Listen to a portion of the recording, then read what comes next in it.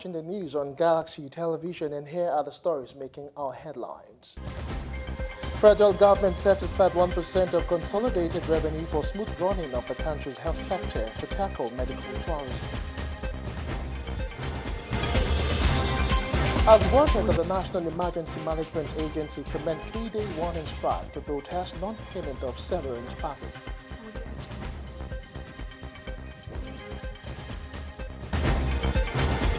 Outside Nigeria, Uganda confirms 1 death from Marburg virus, a highly infectious hemorrhagic fever similar to Ebola.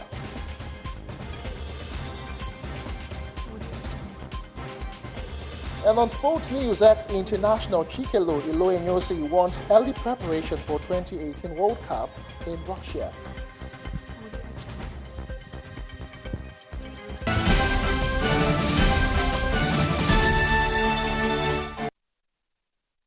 Staying with us, I am Justin Akadonye. We'll begin with health news in this bulletin. Now, the Nigerian government has agreed to set aside 1% of the consolidated revenue account for smooth running of the country's health sector. The policy is to complement government's efforts to reduce health tourism embarked upon by some Nigerians abroad. The decision formed part of decisions taken at this month's National Economic Council meeting held in Abuja Thursday. Edo State Governor Godwin Obaseki, who made the disclosure after the meeting, said the fund will help put the Nigerian health sector at par with its counterparts across the globe. He also announced government's plan to commence segmented national vaccination against communicable diseases. Almost all the states present of their commitment to ensuring that they will strengthen their primary healthcare system. Council also approved the release of 1.6 billion naira to alleviate the sufferings of flood victims across the affected state of the country. The government has this year released 1.6 billion naira for flood relief and more for other states.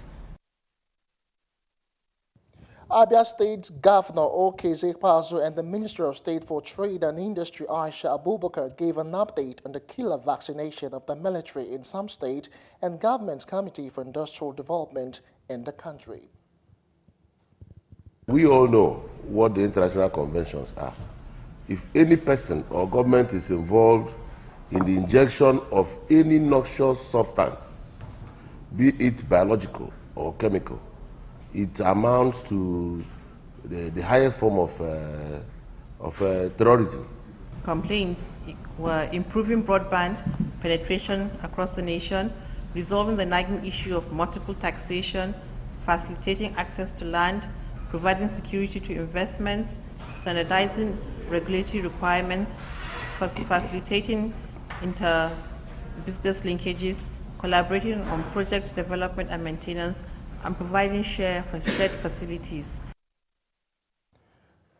Well, moving from health now to agriculture. Now, President Muhammadu Buhari says Nigeria remains proud of its former Minister of Agriculture, Dr. Akinwumi Adesina, for winning the 2017 World Food Prize laureate.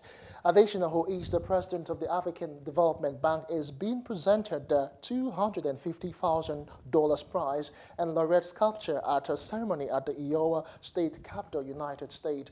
According to a video message to the former minister, President Buhari congratulated the minister, saying he received with delight the cheering news of his award as the 2017 World Food Prize laureate. Received with delight the cheering news of your award as 2017 World Food Prize laureate.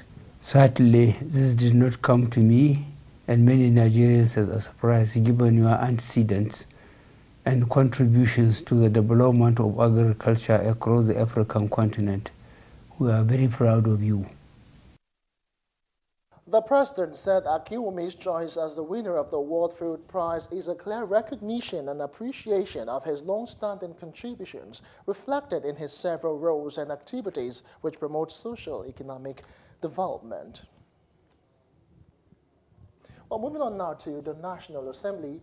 Well, we hear that the Senate is getting set to probe how the Paris Club refunds and other bailout funds doled out to state governors by President Muhammadu Buhari were approved. Senator Samuel Anyanwu from Imo East, who sought the leave of the Senate to move a motion on the matter during Thursday's plenary, queried the legality of the funds given to governors by President Muhammadu Buhari. We've seen yesterday the governors met with Mr. President and asking for more release of the Paris Club. And my question is, Mr. President, where is this money coming from? We as a Senate, these funds are not budgeted. I've not seen anywhere in the budget, and I've not seen anywhere the Senate has given authorization for the release of this fund or for the utilization of this fund. Now, Senate President Bukola Saraki, who presided over the session, sought and got the leave of his colleagues and approved that the proper motion be brought by Anyanwu on the floor of the Senate on another legislative day. Well, still on National Assembly matters, now President Muhammadu Buhari has forwarded the 2018 to 2020 Medium-Term Expenditure Framework MTEF and Fiscal Strategy Paper FSP to the National Assembly for consideration and subsequent approval. In a letter read during Thursday's plenary by the President of the Senate, Buhari said the MTEF and FSP were prepared against the backdrop of a generally adverse global economic uncertainty as well as fiscal challenges and recovery in the domestic economy. Buhari explained that this is to ensure that planned spending is set at prudent and sustainable levels and is consistent with government's overall developmental objectives and inclusive growth. Let me use this opportunity to express my gratitude for the enduring partnership between the legislative and executive arms of government. Pursuant to provisions of the Fiscal Responsibility Act 2007, the preparation towards the submission of the 2018 budget to the National Assembly is progressing well. Now, the Federal Executive Council in August had approved the 2018 to 2020 MTEF and FSP paper. Well, moving on now to the lower chamber. The House of Representatives has set up an ad hoc committee to investigate the Nigerian Export Promotion Council for not complying with the resolution of the House. This followed the unanimous adoption of a motion moved by Honorable Muhammadu Farouk from Niger State during Thursday's plenary.